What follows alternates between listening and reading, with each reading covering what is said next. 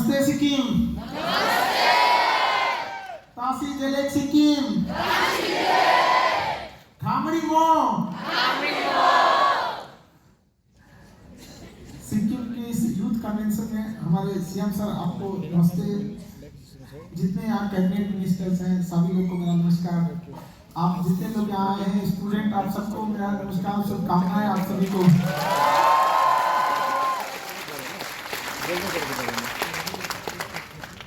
जब हम यहाँ पटना से आए सिक्किम और बागडोगरा एयरपोर्ट पे उतरे तो हमें पता चला कि अभी जो फ्लड आया था उस वजह से चीज़ें जो हाईवे था वो डिस्ट्रॉय हो गया।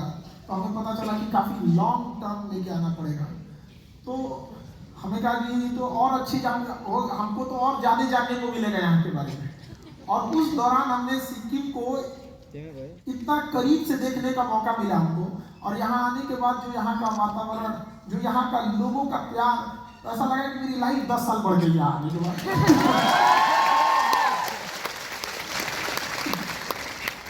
रियली मतलब हम लोग तो एक प्लेन एरिया से आए हैं, वहाँ पे कंक्रीट के जंगल्स मिलेंगे आपको, केवल घर बिल्डिंग्स ये सी। और यहाँ जो आने के बाद नेचुरल चीज़ों को देखते हैं और जिस तरह से आप लोगों ने हार्मोनी बिल्ड किया है एक नेचर के साथ, आपस में अलग अलग कम्युनिटी के साथ, अलग अलग एथनिक ग्रुप के साथ, ये एक पूरे इंडिया के लिए एक एग्जाम्पल है।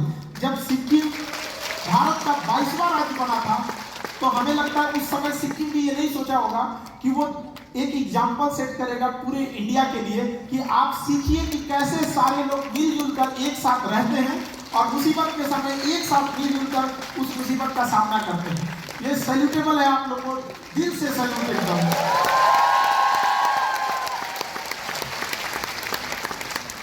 जब हम रास्ते में आ रहे थे तो हमें पता चला कि सर ये हमने अपने आंख से देखा कि कैसे कौन सा पुल डिस्ट्रॉय हो गया, सड़कें देखे यहाँ पर, लोगों के घर में मड भरा हुआ था, कितना चैलेंजिंग काम था। लेकिन जब हम यहाँ के लोगों का साहस देखे तो हम दंग रह गए कि क्या हिम्मत इन लोग के अंदर बाउंस बैक करने की। अगर समस्याएं आई हैं तो प्रॉब्लम्स का आना पार्ट ऑफ लाइफ, लेकिन उससे जीत के निकलना आर्ट ऑफ लाइफ।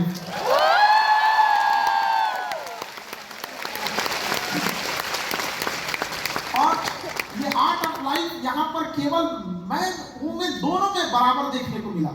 हम लोग तो यहाँ दंग रह गए कि महिलाएं पुरुषों से कंधा मिला के चल रही हैं यहाँ पर। और हम हमेशा यही बोलते थे कि सबको आगे आना पड़ेगा। यहाँ आने के बाद हम क्या बोले, यहाँ तो पहले से आगे आएंगे यहाँ। तो ये चीज हमें नहीं बोलना पड़ेगा यहाँ पे। और ये बहुत बेहतरीन चीज है यहाँ पे कि किसी भी समाज, a bird cannot fly with one wing. वैसे ही एक समाज कभी भी केवल पुरुष उसे आगे नहीं ले जा सकता है, उसे दोनों को साथ आना पड़ेगा, तभी ये होगा। और अगर अकेले पुरुष ले जा सकते थे समाज को तो आजादी मिले हमें इतने साल हो गए, लेके चले गए रहते, लेकिन अभी तक ट्राई कर रहे हैं क्योंकि महिलाओं ने बराबरी से कंधे से कंधा मिलाने नहीं दिया उन लोगों ने हम, बट आप लोगों ने उनके लिए एक एग्जाम्पल सेट कर दिया। Great example. देखिए जब गॉड ने मेल और फीमेल दोनों को बनाया तो उसने तो बना दिया मेल और फीमेल को, लेकिन उसने सोचा कि अब अगले मानव को कौन जन्म देगा, मेल या फीमेल। सोचिए भगवान ने भी फीमेल को चुना। What the power of women, this is the power. और आज सिक्किम के लोगों ने इस चीज को साबित किया है। हमारे यहाँ तो मतलब कई ऐसे समाज में है कि पुरुष प्रधान समाज ऐसा हो गया है कि 20 साल की लड़की भी ना जब बाजार जाती तो फिर 5 साल के भाई को अगर साथ ले जाती तो खुद को सेफ फील करती। ये कौन सा बात है भाई? आप खुद से सोच के सकते हैं कि कितनी ज्यादा पुरुष समाज ये हो चुका है। तो आप लोगों ने एक लेसन सेट किया और केवल इंडिया में नहीं पूरे वर्ल्ड में आप लोगों ने दिखाया कि ऑर्गेनिक खेती, जैविक खेती कैसे हो सकती है। और हम सौभाग्यशाली हैं जब अपने क्लास में ये पढ़ाते थे कि सिक्किम भारत का पहला जैविक राज्य है, और यहाँ आकर देखें और ये चीज को हम फील किए कि वाकई आप लोगों ने बहुत ग्रेट काम किया है। इसके लिए जितना आप लोगों की तारीफ की जाए उसके लिए कम है। बहुत हिम्मत और साहस यहाँ के लोगों में दिखे। और सबसे अच्छा लगा कि इतना जल्दी इतनी बड़ी कैलेमिटी आई, इतनी तूफान आया, ये चीज उसके बाद तुरंत बाउंस बैक हो जाना, इतना बड़ा प्रोग्राम को चलाना, तब हमको समझ में एक्चुअली ये यूथ का प्रोग्राम है ना, ये कैसे रुक सकता है। यही तो खासियत है यूथ की यहाँ पे। और हमारे ऑनरेबल सीएम सर, आप यूथ के लिए इतना समय निकाले, आपका बहुत बहुत धन्यवाद सर। आप यूथ के लिए खड़े हैं, इन युवाओं के लिए जो खड़ा रहता है, बस इन्हें एक रास्ता दिखाने की जरूरत है सर। ये भी सैलाब है, बस इन्हें एक रास्ता दिखा देंगे। ये दरिया है, अपना हुनर जानते हैं, जहां से भी गुजरेंगे अपना रास्ता बना लेंगे। और ऑनरेबल सीएम सर जैसे एक क्रांति को मुहिम लेके चलते हैं, और हकीकत में जानिए कि अगर समाज में क्रांति लाना है तो वो युवा ही ला सकते हैं। समाज की क्रांति वही ला सकते हैं। तलवारों के साए पर इतिहास हमारा बनता है, जिस ओर ये जवानी चलती है उस ओर जमाना चलता है।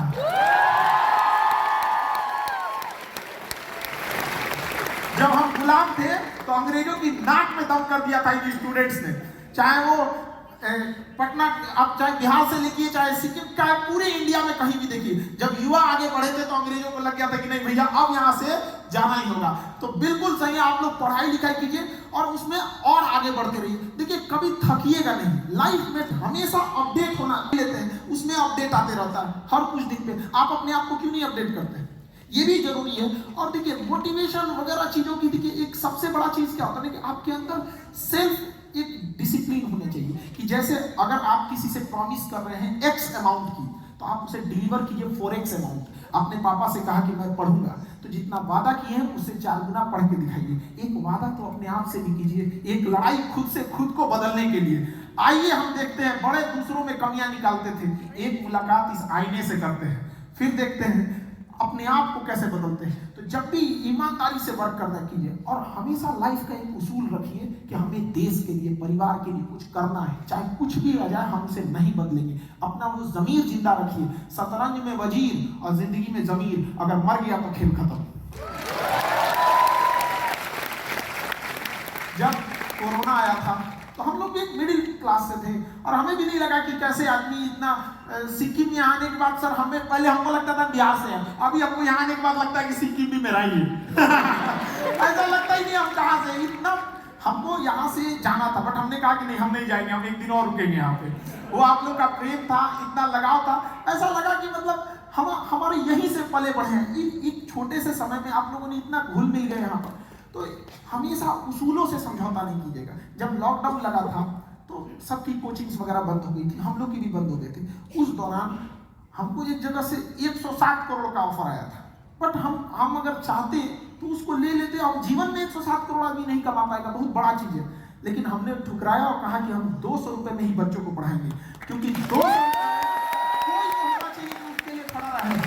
क्योंकि देखिए एक चीज समझिएगा, जिस तरह से दिस इज वाटर, लेकिन this is pure and mineral water, this is not water, this is pure and mineral water. उसी तरह एजुकेशन नहीं, क्वालिटी एंड स्टैंडर्ड एजुकेशन होना चाहिए, नॉट ओनली एजुकेशन। तो हमें कहा कि भाई बच्चों को कोई ना कोई तो चाहिए जो उन्हें इंडिया लेवल पे कह के लड़के कह सके कि हमारे पास पैसे नहीं है तो क्या हुआ, खान सर है हमारे लिए।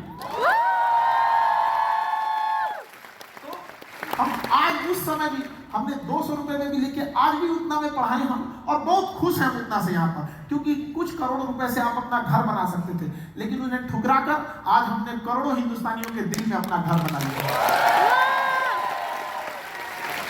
आप सब यूथ हैं, आपके सामने और पूरा खुला हुआ एकदम दुनिया है, आप जहां चाहे वहां जा सकते हैं आप लोग। लेकिन याद रखिएगा, जिंदगी एक कलम की तरह है, एक कलम की तरह है। इससे पहले कि इसकी स्याही खत्म हो जाए, एक कहानी लिख दीजिए कि आने वाली पीढ़ियां उस कहानी को पढ़कर दोहराए यहाँ पर। और यंग जनरेशन में कुछ चीजों का ध्यान रखना बहुत जरूरी है। अभी आप लोग ने यंग है तो क्या होता है ना, हर उम्र की ख्वाहिशें अलग होती हैं। बचपन में हमें खिलौना ही सबसे अच्छा लगता है, उसके सिवा कुछ नहीं। और जैसे जैसे आप बड़े होते हैं तो आपकी ख्वाहिशें बदलती जाती हैं। लेकिन अभी यंग जनरेशन में अभी थोड़ा गुस्सा पे कंट्रोल करना जरूरी है। छोटे छोटे लड़कों को देखते हैं स्कूल में, कॉलेज में झगड़ा कर लेते हैं, ये सब चीजों से बच के रहिएगा।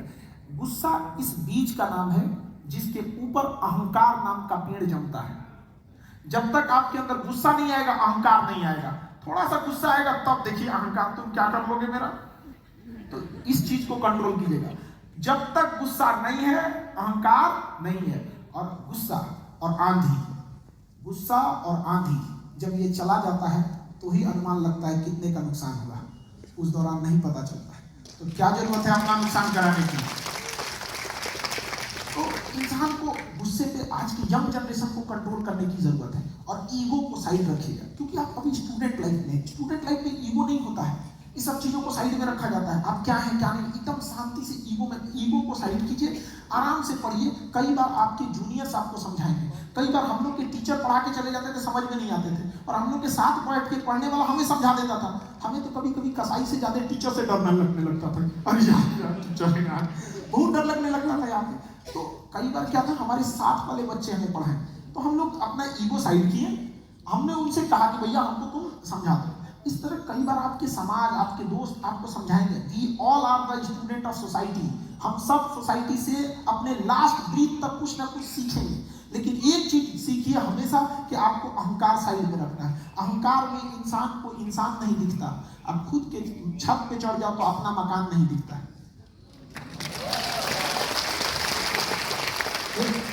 छत को बहुत गुरूर था छत होने का, एक मंजिल और बनी और छत फर्श हो गया।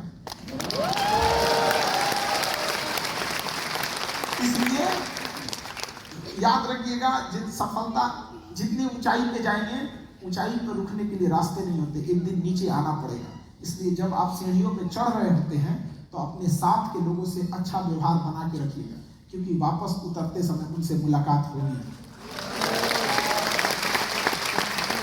और ये शब्दों को थोड़ा सा, क्योंकि आप यंग जनरेशन है और यंग जनरेशन को छोटी छोटी चीजों पे ध्यान रखना चाहिए, हमेशा छोटी छोटी चीजों पे, क्योंकि इंसान को ठोकर छोटे पत्थरों से लगता है, कोई पहाड़ से थोड़ी टकरा जाता है, ठोकर उन्हीं से लगता है। छोटी छोटी चीजों पे ध्यान दीजिएगा। भाषा का, हम बोलना 3 साल में सीख जाते हैं, लेकिन क्या बोलना है ये जिंदगी भर सीखते हैं। इसलिए इस वर्ड पे बड़ा कमांड करिएगा यहाँ पे, वरना ये वर्ड ही है जो हमें हमारी पहचान कराता है, वरना हम अंदर से क्या है क्या पता चलने वाला है। हमारी शब्द ही हमारा पहचान कराते हैं। और शब्दों का चयन ऐसा कीजिएगा कि अगर जिंदगी में वापस लेना पड़े तो तकलीफ ना हो वहां पे। इसका चयन थोड़ा सोच समझ के जरूर कीजिएगा। और बहुत सारी चीजें आएंगी, आपको रुकावटें आएंगी लाइफ में, आने दीजिए रुकावटें। आप रुकावटों के लिए नहीं बने हैं, ना ही आपका राज्य रुकावटों के लिए बना है। इतनी मुश्किलों के साथ भी मुस्कुराता हुआ खड़ा चेहरा ये देखकर सामने वाली मुसीबत का सर नीचे झुक जाएगा, यार क्या इंसान है ये लोग यहाँ पर। तो आप रुकावटों के लिए नहीं बने हैं यहाँ पे, कोई आपको नहीं रोक सकता है, क्योंकि दाना डाल के कबूतर फंसाया जाता है, बाज नहीं। और युवा तो वो परिंदे होते हैं कि अगर कोई ने पिंजरा में बंद भी कर देगा तो पिंजरा सहित लेके उड़ जाएंगे उसे। तो इसलिए मन लगा के पढ़ाई करना है आप लोग को। एजुकेशन देखिए, अभी क्या है ना, एजुकेशन अभी देखिएगा, अभी जगह जगह साइंस डेवलप हो गया है। रडार में पता कर लेते हैं कि कौन सा जहाज है, कौन सी मिसाइल है, मेटल डिटेक्टर में पता चल जाता है। एजुकेशन एक ऐसा हथियार है ना जो किसी मेटल डिटेक्टर में नहीं पकड़ाता है, और इसकी मैगजीन कभी खाली भी नहीं होती। इसकी मैगजीन खाली नहीं होती है एजुकेशन की। इसलिए एजुकेशन पे क्या करना है, ध्यान देना है। लेकिन एजुकेशन की कुछ खराबियां हैं कि इसका रिजल्ट बड़ा लेट से दिखता है हम लोग को। अब जैसे बड़ा लंबा लेट से दिखता है एजुकेशन का। अब किसी को भीख मांगना है, सपोज कर रहे हैं, उसको 1 घंटे में रिजल्ट मिल जाएगा, कुछ ना कुछ बोहनी हो ही जाएगी उसकी, 1 घंटे में उसका रिजल्ट दिख जाएगा। मजदूरी करिएगा, शाम तक रिजल्ट दिख जाएगा। बिजनेस कीजिएगा, 1 महीने में रिजल्ट दिख जाएगा। लेकिन एजुकेशन जब कीजिएगा 20 साल बाद रिजल्ट दिखेगा। लेकिन जब वो रिजल्ट होगा तो दुनिया देखेगी उस चीज को। एजुकेशन याद रखिएगा, बहुत जरूरी चीज होता है एजुकेशन। हीरा लाख महंगा होता है, हमें पता है कि हीरा महंगा होता है, कांच से तो महंगा होता है हीरा, लेकिन जब हीरा लोग पहनते हैं तो उसी कांच में देखते हैं कि कैसा लग रहा है।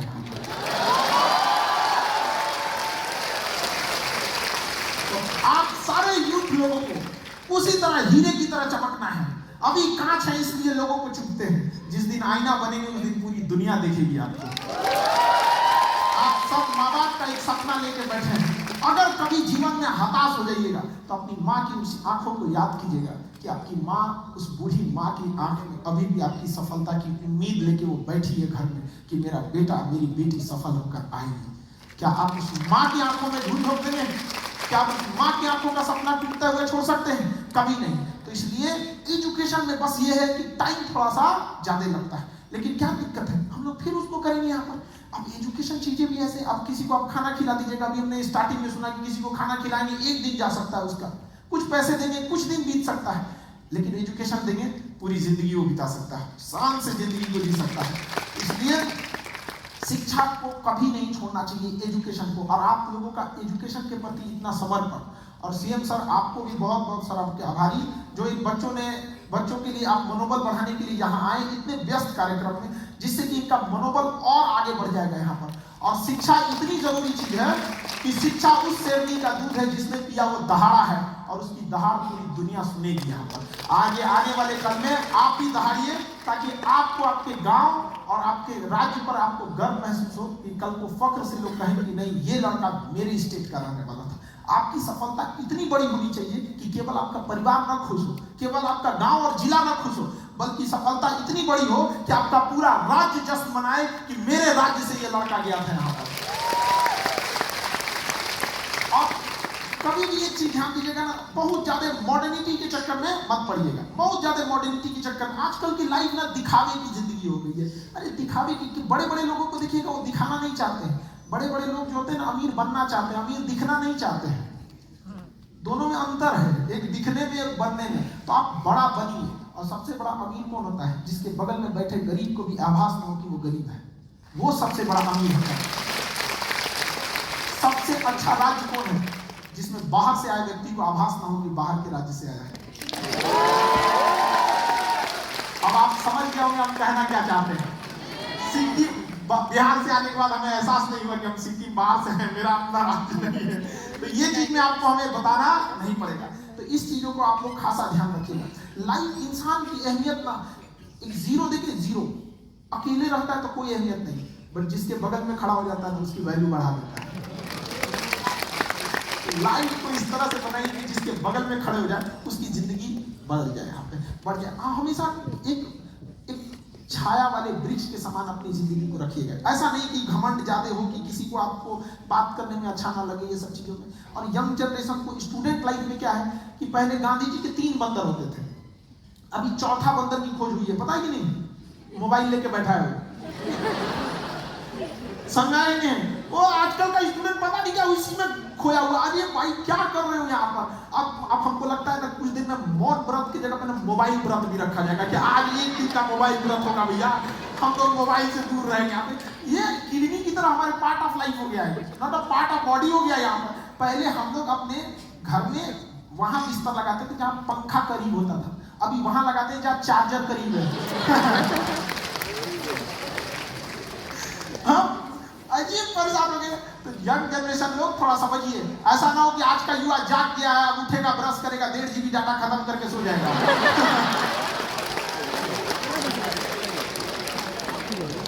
तो यंग जनरेशन को बहुत त्याग करने की जरूरत है। हम लोग जब स्टूडेंट लाइफ में थे ना, खूब टाइम टेबल बनाते थे।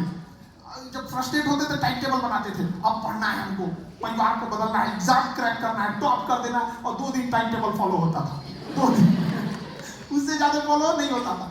इसलिए कोशिश कीजिए कि एक ऐसा टाइम टेबल बनाइए जो आपके दिल में हो, दिल में। और एक बात जरा सोचिए, आप यंग जनरेशन है, पढ़ने के लिए आए, टाइम टेबल आपका इस बात का होना चाहिए कि खेलने कब जाएंगे, मोबाइल कब चलाएंगे। मेन काम का टाइम टेबल थोड़ी होता है, टाइम टेबल एक्स्ट्रा काम का होता है। लेकिन हमारी जनरेशन पढ़ने का टाइम टेबल बना रही है। अरे भाई क्या कर रहा है, पूरा सिस्टम उल्टा करके रखा है। टाइम टेबल किस चीज का होना चाहिए? खेलने का, मोबाइल चलाने का, बाहर जाने का। पढ़ने का कोई टाइम टेबल होना चाहिए। भाई आप आए किस लिए? यंग जनरेशन है क्यों? पढ़ाई करने के लिए, यही मौका है। यही एक पढ़ाई ऐसा चीज है ना जिसमें उम्र मायने रखती है। एक उम्र जाने के बाद ना फिर आप उस तरह का जुनून पढ़ाई के प्रति नहीं बचेगा। बाकी फैशन वगैरह का तो उम्र पूरी जिंदगी रहता है यहाँ पर, समझाया कि नहीं आगे आपने? तो अभी एक ऐसा टाइम टेबल बनाइए जो क्या हो, आपको दिल में छपा है, हमें पढ़ना है, खाली टाइम मिले उसे रिवीजन करते रहे। लेकिन आजकल का यंग जनरेशन इधर उधर बिगड़ गया है, लाल पीला हरा में चला गया है। तो उस चीजों से भी बच के रहना है यहाँ पर। रात को 12 बजे के बाद उसी की याद आती है जो जिंदगी में 12 बजा दिया होता है।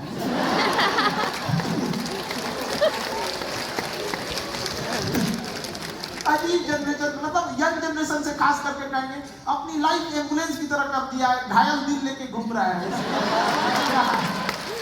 क्यों परेशान है इन सब चीजों में? इन सब चीजों से बच के रहा कीजिए। अभी आगे बढ़ने की उम्र है, लाइफ में 75 आएंगे, 75 जाएंगे, जिंदगी भर साथ वही देगा जिसे पापा खोज के लाएंगे।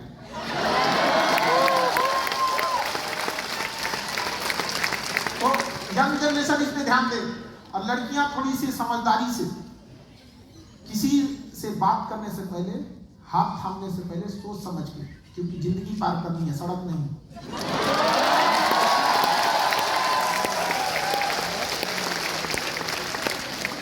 यंग जनरेशन में लोग थोड़ा सा भटक जाते हैं, ये उम्र की ही दोष है।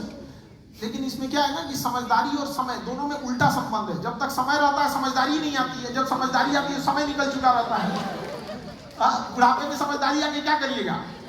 और सक्सेस इंसान की एक पहचान देखिएगा, समय रहते उसमें समझदारी आ जाती है। और सफलता कुछ त्याग मांगती है, सफलता कुछ त्याग मांगती है, आपको देना पड़ेगा। आपको फैशन से, लग्जरी से, आराम से हटना पड़ेगा, अपने कंफर्ट जोन से हटना पड़ेगा। कभी भी कंफर्ट जोन में सफलता हाथ नहीं लगती है, याद रखिएगा। अगर आप अपना कंफर्ट जोन नहीं छोड़ेंगे सफल नहीं होंगे। एक हवाई जहाज का सबसे कंफर्ट जोन एयरपोर्ट होता है, शांति से बैठा है, नो रिस्क, कुछ भी नहीं हो सकता है। बट अगर वो एयरपोर्ट पे खड़ा रहे तो उसकी अहमियत है जीरो। उसको अपनी अहमियत साबित करने के लिए उड़ना पड़ेगा, बादलों को चीरना पड़ेगा, रिस्क लेना पड़ेगा, तब जाके वो सबसे अव्वल कहलाएगा, सबसे प्रथम कहलाएगा। अगर आपको भी अपना कंफर्ट जोन छोड़ना पड़ेगा और ये सारी चीजों से हटना पड़ेगा। नींद, आराम, शौक, मोबाइल सबको त्यागना पड़ेगा। और एक साथ कुछ समय के लिए त्यागिए, फिर पूरी जिंदगी आपको देखिएगा, पूरी दुनिया मिसाल देगी आपको। और ये इंडिया है, यहाँ सफल हो गए तो बिना जाने वाले लोग भी कहेंगे कि मतलब बहुत अच्छे थे। हाँ, अभी हम भी सुन रहे थे कि पता नहीं कहां से हम पीजी किए हुए हैं, हमको भी पहली बार पता चला। और पता नहीं कहां के हम रहने वाले हैं। और मतलब समझ रहे ना। अच्छा, लेकिन अगर आप स्लाइटली सोचिए, अगर एक नंबर से भी अगर आप पीछे छूट गए ना, दुनिया आपको कुछ नहीं सकेगी। सबसे पहले आपके रिश्तेदार आपको ताने मारने आएंगे, याद रखिएगा। इसलिए अगर पढ़ाई में मन नहीं लगे तो एक बार अगल बगल में ध्यान दीजिएगा, उन चेहरों को याद रखिएगा जो आपको कोसेंगे। ध्यान दीजिएगा, वो इंतजार में बैठे हैं तुम असफल हो, समझा ना। इसलिए याद रखिए, हर हाल में काबिल बनना है। काबिल बनना है मतलब बनना है, क्योंकि लोग 10 साल बाद आपसे ये नहीं पूछेंगे कि तुम्हारी खैरियत कैसी है, लोग ये पूछेंगे तुम्हारी हैसियत कैसी है।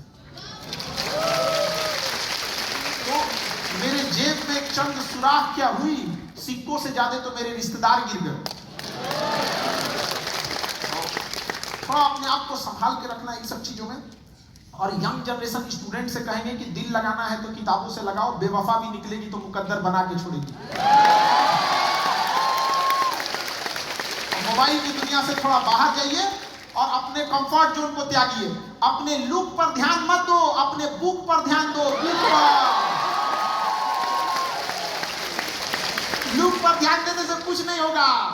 एक दिन अगर बुक पे ध्यान दिए तो लुक वाले पीछे रहेंगे। समझ रहे हैं? आज गर्दन झुका के पढ़ लो, वादा करते हैं कल जिले में सबसे ऊंचा सर आपका होगा। लेकिन अगर आज आराम खोजिएगा तो पूरी जिंदगी संघर्ष करने के लिए सफल होइए। देखिए, इंसान दो तरह से सफल होता है, एक शारीरिक श्रम करके और एक मानसिक श्रम करके। एक मजबूर होता है, वो अपना शारीरिक श्रम करता है, लेकिन उसका लॉस समझिए क्या होता है। उसको तो तुरंत मिल जाएगा, 18 साल का हुआ कि नहीं, मजदूरी चालू कर दिया, उसको तो पैसे मिल जाएगा। लेकिन सोचिए लॉन्ग टाइम लॉस, जैसे जैसे वो बूढ़ा होगा लोग उसे रिजेक्ट करते जाएंगे, उसकी वैल्यू गिरते जाएगी। आप अपने यहाँ बूढ़ा मजदूर अवॉइड करते हैं कि कहाँ से काम कर पाए। लेकिन सोचिए अगर उसी के साथ पढ़ा लड़का 18 साल की जगह 22 साल पे जॉब लगता है या पढ़ लिख लेता है, तो जैसे जैसे उसका एज बढ़ेगा, उसका कद बढ़ेगा, उसकी पैसे बढ़ेंगे, रुतबा बढ़ेगा, लोग उसको अपने यहाँ बुलाएंगे यहाँ पर। तो इतना बड़ा फायदा है एजुकेशन का। टाइम लेता है तो लौटाता भी तो है। लोग थोड़ा सा पैसा शेयर बाजार में लगा देते हैं जिसका कभी कभी रिटर्न आता है। एजुकेशन एक ऐसा इन्वेस्टमेंट है जो लाइफ टाइम रिटर्न देता है, और इसमें डूबने का भी चांस नहीं है कि शेयर नीचे जाएगा। इसका शेयर कभी नीचे नहीं जाता है आपको। इसलिए इसको आप लोग को ध्यान से समझना है। और ना एक चीज और, हम स्टूडेंट से हमारी पर्सनल शिकायत है कि एक वर्ड होता है ये कमजोर स्टूडेंट है, और एक वर्ड होता है ये तेज स्टूडेंट है। ये शब्द का इस्तेमाल आप बंद कीजिए। कमजोर स्टूडेंट नहीं होता है, लापरवाह स्टूडेंट होता है, लापरवाह। और तेज स्टूडेंट नहीं होता है, जिम्मेदार होता है। लेकिन जब आप किसी स्टूडेंट को कहते हैं कि तुम लापरवाह हो तो उसे अपनी गलती दिखती है, लेकिन जब कहते हैं कि कमजोर हो तो उसे सहानुभूति दिखती है, सिंपैथी लगती है। अरे बाप रे बाप। एक तेज स्टूडेंट जिम्मेदार होता है, एक बार में बैठेगा तो 5-5 घंटा पढ़ के लगता है, 5 घंटा कंटिन्यूअस बैठ के पढ़ देता है। और ये जो कमजोर है ना, 5 घंटा में कमर दर्द करने लगेगा। अरे बाप रे बाप, मूव लगाओ। समझ रहे हैं आप? तो कोई लड़का कमजोर नहीं होता है। लापरवाह को हम लोग छुपाने के लिए क्या बोल देते हैं? कमजोर है। समझा गया ना? धीरे धीरे आपको भी समझ में आएगा। रही बात इंस्पिरेशन, तो मेरे हर इंसान को अपने काम पर फोकस करना चाहिए। अगर कोई स्टूडेंट हमारे यहाँ पढ़ने आया और उसे समझ में नहीं आया, आई एम फेल, हम फेल हो गए, तो हमें फेल नहीं होना है। हमको अपने क्लास का सबसे कमजोर विद्यार्थी को पढ़ा देना है।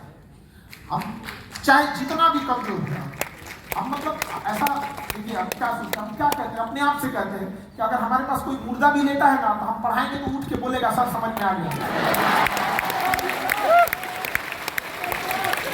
चाहे जो सब्जेक्ट हो। ठीक है, thank you so much sir. अहिले मात्र हाम्रोमा इन्फर्मेसन आइसकेको छ कि वी हेभ लिमिटेड टाइम, सो क्वेसन्सलाई अलिकति सर्ट राखिदिने यहाँबाट बिन्ती गर्न चाहन्छु। ओके, आई थिङ्क फ्रम ल कलेज, सिक्किम गभर्मेन्ट ल कलेज। लॉ कॉलेज आजादी में सबसे ज्यादा आप ही लोग बढ़ चढ़ के भाग लिए थे, ज्यादातर वकील ही थे। अंग्रेजों की नाक में दम करने वाले यही लोग हैं यहाँ पे। उनकी कोई कानून नहीं चलने देते थे। Hello sir. Hello, nice to meet you sir. So मैं यही कहना चाहता हूँ कि आज आपको प्रश्न करने से ज़्यादा आपसे बात करने में हमें खुशी है। सो मैं ये भी एक्सप्रेस करना चाहता हूँ। सो सर, लाइक मैं आपसे बस यही जानना चाहता हूँ कि आप एवरीडे यू आर, बताओ नाम क्या है तुम्हारा? तो हमको वो चीज़ बहुत खराब लगी कि हम एक शिक्षक हैं, हमारा सबसे बड़ा काम क्या है? बच्चों को पढ़ाना। हमको धमकी भरे लहजे में बोलेगा, तो आप बताइए क्या बर्दाश्त होने वाली चीज़ है? तो हमने उन धमकी, देखिए हमें आपसे पूरा प्रेम है, हम आपको पूरी बातों से सहमत हैं, आपका अधिकार भी है, लेकिन हम उन धमकी भरे लोगों को ये दिखाना चाहते हैं कि तुम एड़ी से चोटी लगा लो, जिस दिन तुम धमकी दिए थे प्यार से नहीं, जब तक बताओगे पता ही नहीं चलेगा। बट आपके माध्यम से उनको भी पता चल जाएगा। समझा ही नहीं गया। बाकी हम आपको एक छोटा सा हिस्ट्री में बताना चाहते हैं कि जब जनरल डायर ने जलियांवाला बाग में हत्या किया था, तो इंग्लैंड चला गया था हत्या करने के बाद। उसके 21 साल बाद उधम सिंह जाके इंग्लैंड में उसके घर में उसको गोली मार दिया, घर में गोली मार दिया। और जज साहब ने पूछा था ना कि बताओ तुम्हारा नाम क्या है, उन्होंने कहा था राम मोहम्मद सिंह आजाद, राम मोहम्मद सिंह आजाद। समझा? और सिक्किम से तो ये चीज सीखने की जरूरत है। हम सब एक हैं, अलग अलग एथनिक हैं, अलग अलग कल्चर है, लेकिन हम सब क्या हैं? एक है। आप जिस तरह बुला सकते हैं। ठीक है, थैंक यू वेरी मच।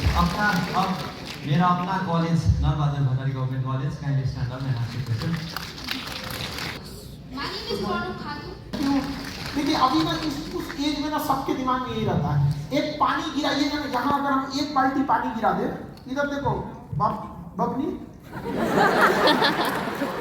हमारे बिहारी भाषा में ना छोटी लड़की को बबनी को लगता है। समझे? हम सब एक दूसरे कल्चर को समझते। ठीक है, समझिए, अगर हम यहाँ एक बाल्टी पानी गिरा दें तो किधर जाएगा? जिधर ढाल होगा, जिधर स्लोप होगा, अपने से रास्ता ढूंढ लेगा कि नहीं? कि कहेगा कि हमको मोटिवेशन चाहिए किधर जाए।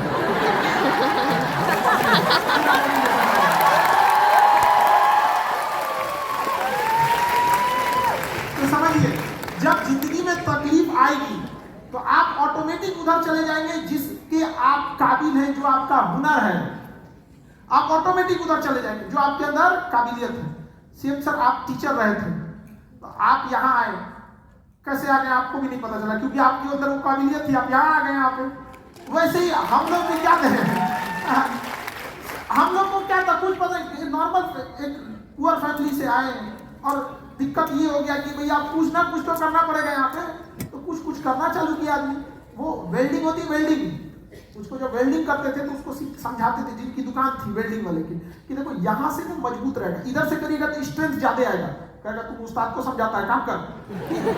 यार तो नॉलेज की कोई कीमत ही नहीं है यहाँ पे। तो फिर आदमी कहाँ जाएगा जहाँ नॉलेज का काम है। तो आदमी धीरे धीरे पढ़ाना चालू किया और धीरे धीरे पता नहीं यहाँ कैसे, हम तो आज भी अपने आप को वही देखते हैं टीचर, आप लोग कैसे देखते हैं हमको कैसे पता चलेगा। तो हम तो आज भी वही है जो कहाँ कल थे। और शिक्षा और सड़क खुद अपने जगह पे रहते हैं, दूसरे को मंजिल तक पहुंचा देते हैं। हम कल भी वही थे, आज भी वही हैं। कल आप कोई बड़े अधिकारी, एक बड़े इंसान बन के आइएगा, आप अपने मंजिल पे चले जाइएगा, हमको वहीं पाइएगा। Thank you very much. Renok College. Kindly. आप प्राण लेके बैठे हुए थे भाई, मुझे पता था कि हम सिक्किम आएंगे। You said that to be success, we need to be more educated. But my question is, only being an educated is enough to be a success. No. For success, you have to focus in any field. Not only education. आप जिस field में आपको focus रहना होगा, अपना सबसे ज्यादा समय देना होगा। The second question is, except education. Athlete में, ओलंपिक में आप लोगों ने तो इज्जत बचा के रखी हम लोग की। क्या बात करते हैं, आपसे हम लोग को सीखने की जरूरत है एक्स्ट्रा करिकुलर एक्टिविटी, आप हमसे पूछ रहे हैं। आप लोगों ने सिखाया पूरी इंडिया को, और north east, hilly area, Haryana, यहाँ की लड़कियों ने इज्जत बचाई ओलंपिक और गेम्स में जाके हम लोग यहाँ पे। उनसे हमें सीखने की जरूरत है, हम क्या सिखाएंगे उन्हें, ठीक है? Welcome. Thank you. Namchi College. Sikkim Government College, Namchi.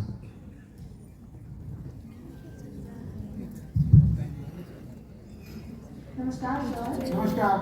Sir, जैसे कि आप अब तक आपने अपनी लाइफ में बहुत कुछ किया है, स्टूडेंट्स के लिए भी, कंट्री के लिए भी। सर, मैं जानना चाहती हूँ कि आपका एंड विजन क्या है सर? एंड विजन मेरा एक बहुत लॉन्ग टाइम विजन है। जैसे एक बिल्डिंग कभी कभी नीचे दब जाती है तो उसकी एक नई टेक्नोलॉजी है, ये जैक सिस्टम उसको उठा देता है, थोड़ा सा टाइम लगता है। उसी तरह हम एजुकेशन, अच्छे एजुकेशन नहीं, हम जैसे बताएं वाटर एंड मिनरल वाटर, अच्छे एजुकेशन इतना सस्ता कर देना चाहते हैं, इतना सस्ता कर देना चाहते हैं कि देश में घूमने वाला, सड़क पर मिलने वाला व्यक्ति ना कहलाकर एक जिम्मेदार नागरिक कहलाए, उसको हर एक देश की जिम्मेदारी राष्ट्रपति, प्रधानमंत्री, मुख्यमंत्री और ये अधिकारी ऑफिसर्स के भरोसे नहीं चल सकती है। ये लोग 140 करोड़ लोगों का मार्गदर्शन कर सकते हैं, अल्टीमेटली चलना हमें होगा। एक ट्रेन को चलाने के लिए हर एक चक्के को आगे चलना पड़ेगा। एक बॉडी से अगर चैन पुलिंग होती है, पूरी ट्रेन रुक जाती है। तो इसलिए हमें हर एक चक्के को ले जाना है। एक गरीब से गरीब लड़का, कश्मीर से कन्याकुमारी तक अगर उसे पढ़ना है तो उसको एजुकेशन इतना सस्ता और इतना बेहतरीन कर देना है कि वहां बैठ के कहे कि नहीं, हम नासा छोड़ सकते हैं, इंडिया में भी अच्छा पढ़ाई होती है। शिक्षक भने जो आज जैसा वो खान सर जैसा विद्यार्थियों को निर्माण किया अथवा बनाया। र हमारा प्रश्न ये है कि इधर सब आप भी एक शिक्षक पेशा में लगे हुए हैं, तो इसलिए मैं एक क्वेश्चन पूछना चाहता हूँ कि एक क्लासरूम में शिक्षक होने में एक कैसा होता है, वो शिक्षक गुड इंटरटेनर होना चाहिए और विद्यार्थी गुड लिसनर होना चाहिए। तो आपके बारे में इसके बारे में आपका क्या राय है? देखिए, ये होता है कि 50% हम एफर्ट करेंगे, 50% स्टूडेंट एफर्ट करेगा, क्लास बर्बाद हो जाएगा। समझिए, 100% हम एफर्ट करेंगे, 100% स्टूडेंट एफर्ट करेगा। अगर उसका 100 से कम भी रहा और मेरा 100 से कम भी रहा तो दोनों मिलके 100 से ज्यादा हो जाएगा। इसको कौन सा टॉपिक पढ़ना है, एक बार घर से पढ़ के थोड़ा देख के आए, ठीक है?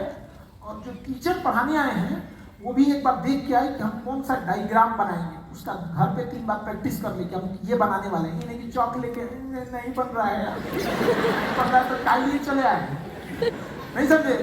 तो उनको भी पहले से प्रैक्टिस करना है। तो दोनों जब प्रैक्टिस किए रहेंगे फिर टीचर को याद रखना चाहिए कि पढ़ाई एक सीढ़ी की तरह है।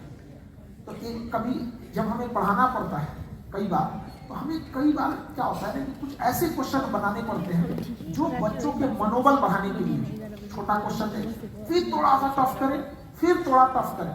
टीचर को कभी भी अपनी विद्वता नहीं दिखानी चाहिए। टीचर को हमेशा अपने लेवल से नीचे उतर के विद्यार्थी के लेवल पे आना चाहिए, बट उसकी भी एक मजबूरी है, कितना नीचे आएगा। उसी तरह स्टूडेंट का एक कर्तव्य है कि उसे भी अपने लेवल से थोड़ा ऊपर उठना पड़ेगा। एक बार टीचर नीचे आए, स्टूडेंट ऊपर आए, फिर ये बराबर होने दीजिए, देखिए क्या कमाल करता है। हम स्टूडेंट को कहते हैं आप पढ़ाई से तभी भागते हैं जब आपको वो समझ में नहीं आता है। तो क्यों भाग रहे हैं? अगर आज एक समझ में नहीं आया तो कम भागे हैं, ज्यादा दिक्कत हो जाएगा, कभी लौट ही नहीं पाएंगे आप।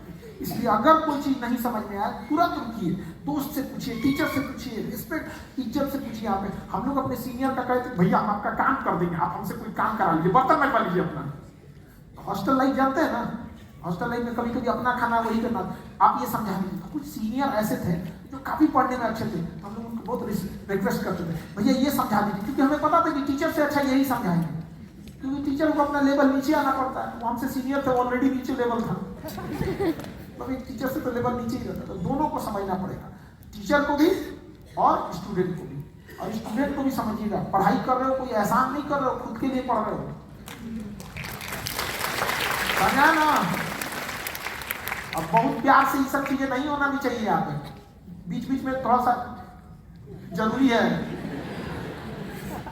डांटना बोलना जरूरी नहीं तो बिगड़ जाएगी, जरूरी कोई बात नहीं है। यहाँ पे हमेशा याद रखिएगा दोनों ओर से मेहनत होनी चाहिए, ताली एक हाथ से नहीं बजती, ठीक है। Thank you so much, sir. Thank you, Sankumar. So now I'd like to request the representative from बस एक हम ज़्यादातर एक बात देख रहे हैं कि जब भी हम दफ्तर में होते हैं, घर में होते हैं, पढ़े हुए बच्चों और बच्चों के ज़्यादातर माँ बाप हमारे सरकार के पास आते हैं और एक ही फरियाद रखते हैं कि मेरा बेटा मेरा बेटी मास्टर किया 3 बरस हो गया, BBS किया 4 बरस हो गया, यह किया, इतना इतना बड़ा डिग्री बताते हैं, पर अभी घर में डिप्रेशन के शिकार होकर बैठे हैं, काम नहीं है। ज़्यादातर हमारे ऑफिस में यही है अभी सिक्किम का प्रॉब्लम। हम चाहते हैं कि ज़्यादातर जो ये विद्यार्थी है, ये विद्यार्थियों के अब 3 बरस 4 बरस जब वो डिग्री इन लोगों के पास हो, ये दुर्घटना इन लोगों के पास न घटे। आज इन लोगों को थोड़ा रास्ता दिखाइए कि गवर्नमेंट जॉब अब ऑलरेडी सेचुरेशन पॉइंट पे पहुंच चुका है, पहुंचने वाला नहीं है, पहुंच चुका है। और ज़्यादातर विद्यार्थियों को मैं क्षमा चाहती है बोलती हूँ, बताना चाहता हूँ कि ज़्यादातर का एम्बिशन सिक्किम का कंटेस्ट है गवर्नमेंट जॉब ही है, जो बहुत कम को मिलने वाला है। ये दुर्घटना अब के 2, 3, 4 बरस बाद इन लोगों के साथ न घटे, आप थोड़ा इसको दिशा दे सकते हैं। Thank you. देखिए बड़ा गंभीर आपने बात की और हम आपको बता दें कि ये समस्या केवल सिक्किम की नहीं है, ये समस्या पूरे नॉर्थ इंडिया की है। यहाँ एक्चुअली देखिए किसी भी स्टूडेंट को किसी भी स्टेट का हो, एक चीज़ को समझना पड़ेगा कि टोटल पॉपुलेशन को गवर्नमेंट जॉब में नहीं आ सकते, वरना सब जॉब वाले ही हो जाएंगे। तो फिर काम कौन करेगा यहाँ पर? जो ग्रेजुएशन के टाइम पे आपके पास, जैसे आपने इंटर कर लिया, तो पैरेलल जो आपका ग्रेजुएशन कर रहे हैं या फिर इसके पैरेलल जो आप स्किल कर रहे हैं, उस दौरान आप एक कोई ना कोई ऐसा स्किल रखिए कि जब तक आप कंप्लीटली सेटल्ड नहीं हो जाते हैं आप उसमें वो काम को करते रहेंगे। जैसे कोई टाइपिंग का है, जैसे हम आपको एक एग्जांपल के तौर पर बताते हैं, हमारे टाइपिंग का काम पटना में होता है, कई बार वो टाइप होकर मध्य प्रदेश से आता है, डिजिटल हो गया, हम उसको फोटो खींच के भेज दिए, वो टाइप करके भेज दिया।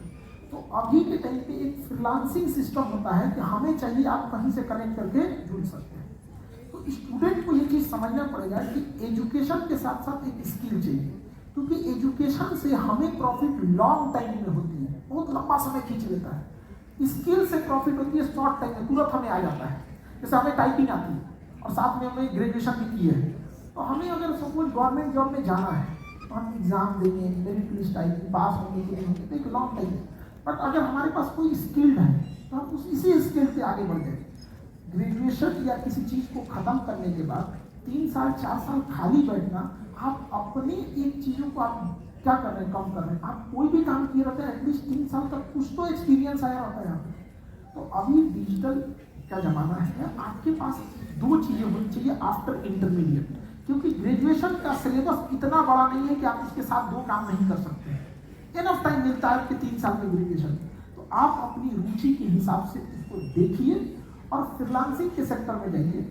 इंडिया पूरी दुनिया को बाईपास कर देगा फ्रीलांसिंग के मामले में, पूरी दुनिया को। आज किसी को डिजाइनिंग बनवानी है तो जरूरी नहीं कि कोई इंजीनियर हायर करेगा, वो नेट पे निकालेगा, किसी फ्रीलांसर को उसको दे देगा। तो बहुत सारे ऐसी चीजें हैं जिसे हम लोग सेकेंड ऑप्शन कहते हैं। तो ये चीज को भी रखना पड़ेगा, और ये हर जगह की समस्या है, चाहे वो बिहार हो गया या यूपी हो गया। और आपको भी समझना पड़ेगा एक चीज कि सबको सब चीजें नहीं मिल सकती, वरना कंपटीशन ही खत्म हो जाएगा, सबको सब मिल जाएगा। सिक्किम में क्या है कि थोड़ा पहाड़ी एरिया है, जिस वजह से बाकी की स्टेट की तुलना में इसके पास कुछ ऑप्शंस नहीं मिल पाते हैं। सिर्फ प्लेन एरिया रहता है, इंडस्ट्रियलाइजेशन तेजी से होता है, तो वो इंडस्ट्रीज में जा सकता है। तो ये तो पब्लिक को भी पता होना चाहिए कि यहाँ पर बहुत सारे ऑप्शन है जो नहीं कर सकते, लेकिन बहुत सारे ऐसे ऑप्शन है जो आप ही कर सकते हैं। तो उस हिसाब से आपको मेंटेन करके एक बैलेंस बना के चलना पड़ेगा। और दूसरा, भी इसके अलावा क्या ही रास्ते हैं आपके पास दोनों होना चाहिए। एक स्किल्ड होना जरूरी है। अब इसके लिए गवर्नमेंट का अपना हर स्टेट गवर्नमेंट का अपना स्किल्ड का कोई ना कोई प्रोग्राम होता है। तो शॉर्ट टर्म के लिए स्किल्ड और लॉन्ग टर्म के लिए एजुकेशन, आपके पास दोनों होना चाहिए। अच्छा योद्धा वही है जिसके एक हाथ में जीत और दूसरे हाथ में हार होना चाहिए। जब चाहे तो हारेगा, जब चाहे तो जीतेगा। तो हमारे एक हाथ में एजुकेशन और एक हाथ में स्किल होना चाहिए। हम पढ़ाते हैं ये एजुकेशन के दम पे, और अच्छा से पढ़ाते हैं स्किल के दम पे। अगर केवल एजुकेशन रहता तो शायद हम यहाँ नहीं रहते। एजुकेशन के साथ साथ स्किल भी, और आप हमें पसंद करते हैं एजुकेशन के नाते नहीं, स्किल के नाते। तो वैसे सबको समझना पड़ेगा। हम भी उम्मीद करते हैं कि आप सब अपना अपना स्किल पहचानेंगे, और 10 दिन 15 दिन महीना समय लीजिए अभी से कि आप किस फील्ड में आपका स्किल है, किस फील्ड में आपका स्किल है। और कभी कभी ऐसा लगता है कि हम कुछ नहीं कर सकते। जैसे हम आपको बताते हैं, हमको फेसबुक चलाने आज भी नहीं आता है। हमारी कोचिंग के लोग कहते कहते थक गए कि खान सर आप अच्छा पढ़ाते हो, आप ना ऑनलाइन पढ़ाओ। हम क्या, हमको डर लगता है, कैमरा कोई बोलता ही नहीं है, बंद कमरे में उसको क्या बोले हम। हमको अजीब लगता है, ना हंसता है ना मुस्कुराता है, उसको क्या बोले।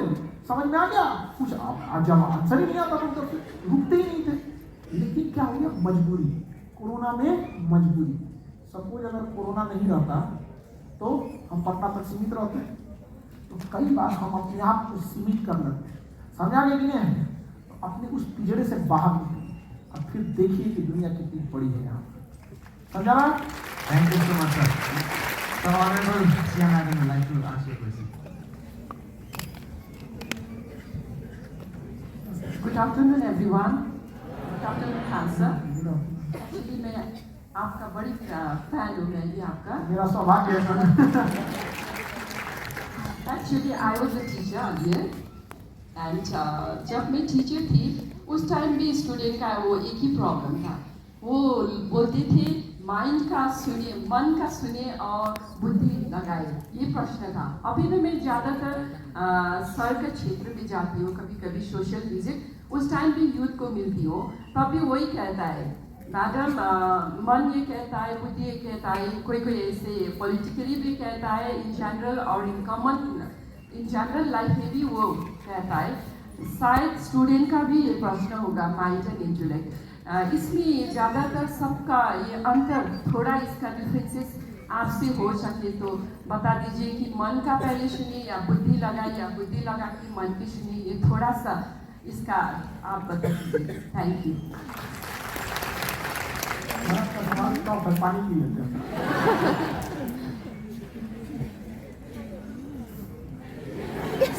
हमको पहले ही पता था कि स्पेशल लोग से स्पेशल सवाल आता है।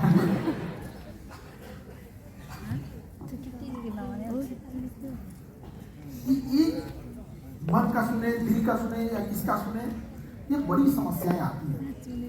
तो कई बार स्टूडेंट ये चीज सोचना चाहिए कि हम कब तक अपने ठोकर खा के सीखेंगे। अगर हमें किसी फील्ड में डिसाइड करना है कि हमें इस फील्ड में जाना है, तो दो चीज़ों का ध्यान रखना चाहिए स्टूडेंट को। पहला कि जो हमसे पहले उस फील्ड में गए थे उनका क्या हुआ। दूसरा, वर्स्ट कंडीशन की अगर हम अनसक्सेस हुए तो क्या करें। किसी भी चीज़ में हम भी अगर कोई काम करते हैं तो हम यही सोचते हैं हम किस फील्ड में जा रहे हैं, जो हमसे पहले गए हैं उनका क्या हुआ है। अगर वो फेल हो गए तो जरूरी नहीं कि हम भी फेल हो गए, वो अपनी गलती से फेल हुआ, लेकिन हम दोबारा ये सोचते हैं कि अगर हम इस रास्ते पर गए, हम फेल हो गए, तो हम अपनी फैमिली को सर्वाइव करा पाएंगे कि नहीं, हमारी जो जिम्मेदारी है उसे कर पाएंगे। तो एक दो कंडीशन लेके जाना चाहिए और दूसरे से एक बार डिस्कस कर लेना चाहिए। कई बार दूसरे से सीख लेने में कोई बुराई नहीं होती है, दूसरे के अनुभव से हमें काम आ जाता है। बट यंग एज में एक बहुत बड़ी खराबी हम देखे हैं ना कि अगर हम उन्हें बैकअप प्लान बनाते हैं ना तो उन्हें लगता है कि हम उन्हें अंडर एस्टिमेट कर रहे हैं। जैसे हमारे पास एक लड़का आया था यूपीएससी की तैयारी करने, हमने उसका स्टेटस देखा, क्वेश्चन देखा, उसकी फैमिली बैकग्राउंड देखा, हमें लग गया कि ये फर्स्ट अटेम्प्ट में मुश्किल है इसका, क्योंकि थोड़ा सा एवरेज था। लेकिन उसको क्या था कि उसकी फैमिली एक ही अटेम्प्ट के लिए उसको सर्वाइव कर सकती थी। हम उससे कहें कि देखो तुम स्टेट पीसीएस देख लो, रूठ गया हमसे, आप हमको कमजोर समझते हैं, आप हमको अंडर एस्टिमेट कर रहे हैं। तो यंग एज में ये बहुत बड़ी समस्या है कि अगर हम उन्हें प्लान बी बताते हैं, बैकअप प्लान बताते हैं ना, तो उन्हें लगता है उन्हें अंडर एस्टिमेट कर रहे हैं। और ये आप यंग लोगों को समझना पड़ेगा कि आपसे ज़्यादा अनुभव हम लोग को है। आप जिस रास्ते पे जा रहे हैं ना, उस रास्ते के हम लोग ट्रैफिक पुलिस रहे हैं, तो हमें पता है।